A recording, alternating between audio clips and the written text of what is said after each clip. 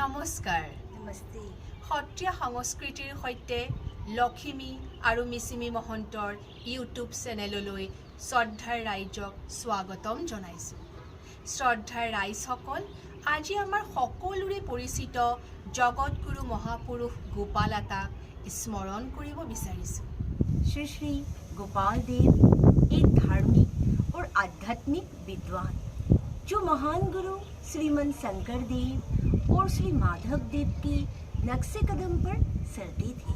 1540 খ্ৰীষ্টাব্দত 1463 শক বহাগ মাহৰ শুক্লা সপ্তমী তিথিত শিৱসাগৰ জিলাৰ নাজিৰাৰ খুকুৰা নামৰ গাঁৱৰ নাচনি ঘাটত গোপাল আতাৰ জন্ম হয়।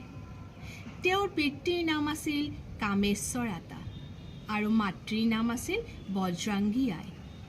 তেওঁৰ দুই পুত্ৰৰ নাম কমল লোচন আৰু দামোদৰ। তেওঁৰ কন্যাগৰাকীৰ নাম পদ্মপ্ৰিয়া আই। পদ্মপ্ৰিয়া আই 16শ শতিকাৰ প্ৰথম অসমীয়া মহিলা কবি। गोपाल देव का जन्म वर्ष 1540 में शिवसागर जिले के नासनी घाट नामक स्थान पर हुआ था। गोपाल देव के पिता कामेश्वर भूया और माता बज्रांगी भूया थी। গোপাল আতাই শৰণ গ্ৰহণ কৰাৰ পিছত জগতগুৰু শংকৰদেৱৰ প্ৰৱৰ্তিত নাম ধৰ্মত সম্পূৰ্ণ ৰূপত আত্মনিয়োগ কৰিবলৈ ধৰিলে। তেওঁ মাধৱদেৱৰ ওচৰত ধৰ্মৰ সকলো তত্ত্ব তন্নকৈ বুজি লৈছিল। কোনো এটা বিষয় সম্পূৰ্ণকৈ বুজি লোৱাৰ পিছত তেওঁ বিষয়টোৰ ওপৰত গভীৰভাৱে অধ্যয়ন কৰিছিল। সেয়ে তেওঁ শাস্ত্ৰীয় ব্যাখ্যা সকলোৱে বুজিব পৰাকৈ আৰু মনোগ্ৰাহীকৈ দিব পাৰিছিল। বাগ্মিতা শক্তি সম্পন্ন গোপাল আতাৰ প্ৰাঞ্জল শাস্ত্ৰীয় ব্যাখ্যাই সকলোকে আকৰ্ষণ কৰিব পাৰিছিল। সেয়ে মাধৱদেৱে তেওঁক মৰমতে কথাৰ সাগৰ বুলি মাতিছিল।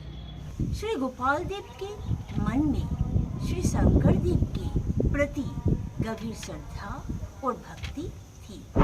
श्री गोपाल देव ने असम में व्यापक स्तर पर शंकर देव की सबसे बड़ी रचना नामघर के माध्यम से एक सरल नाम धर्म पर आधारित श्रीमन शंकर देव की शिक्षाओं को प्रसारित किया था।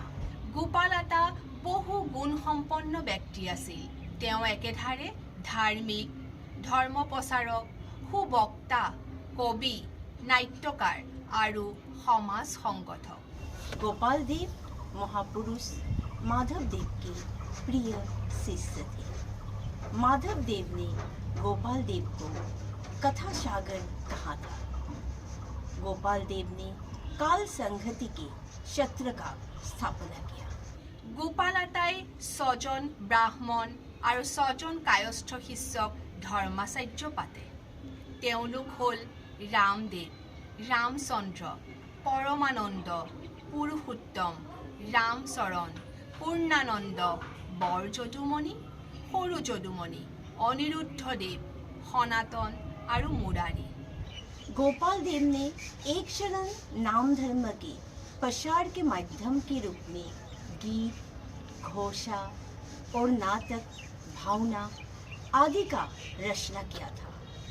সুন্দৰী দিয়াত থাকোঁতেই মাধৱদেৱৰ অনুমতি লৈ গোপাল আতা ভৱানীপুৰলৈ যায় আৰু তাত সত্ৰ পাতে।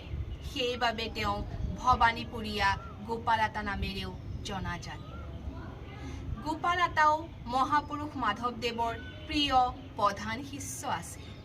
भवानीपुरिया गोपाल देव 70 वर्ष आयु में परलोक प्राप्ति हुई। গোপাল আতাই জন্মযাত্ৰা, নন্দোৎসৱ আৰু গোপী উদ্ধৱ সংবাদ নাট ৰচনা কৰিছিল। গোপাল আতাৰ মুঠ গীত 67 ভাগ। গোপালদেৱে কাল সংহতি সত্ৰসমূহ প্ৰতিষ্ঠা কৰিছিল। তেওঁ কাল সংহতিৰ জনক বোলা হয়।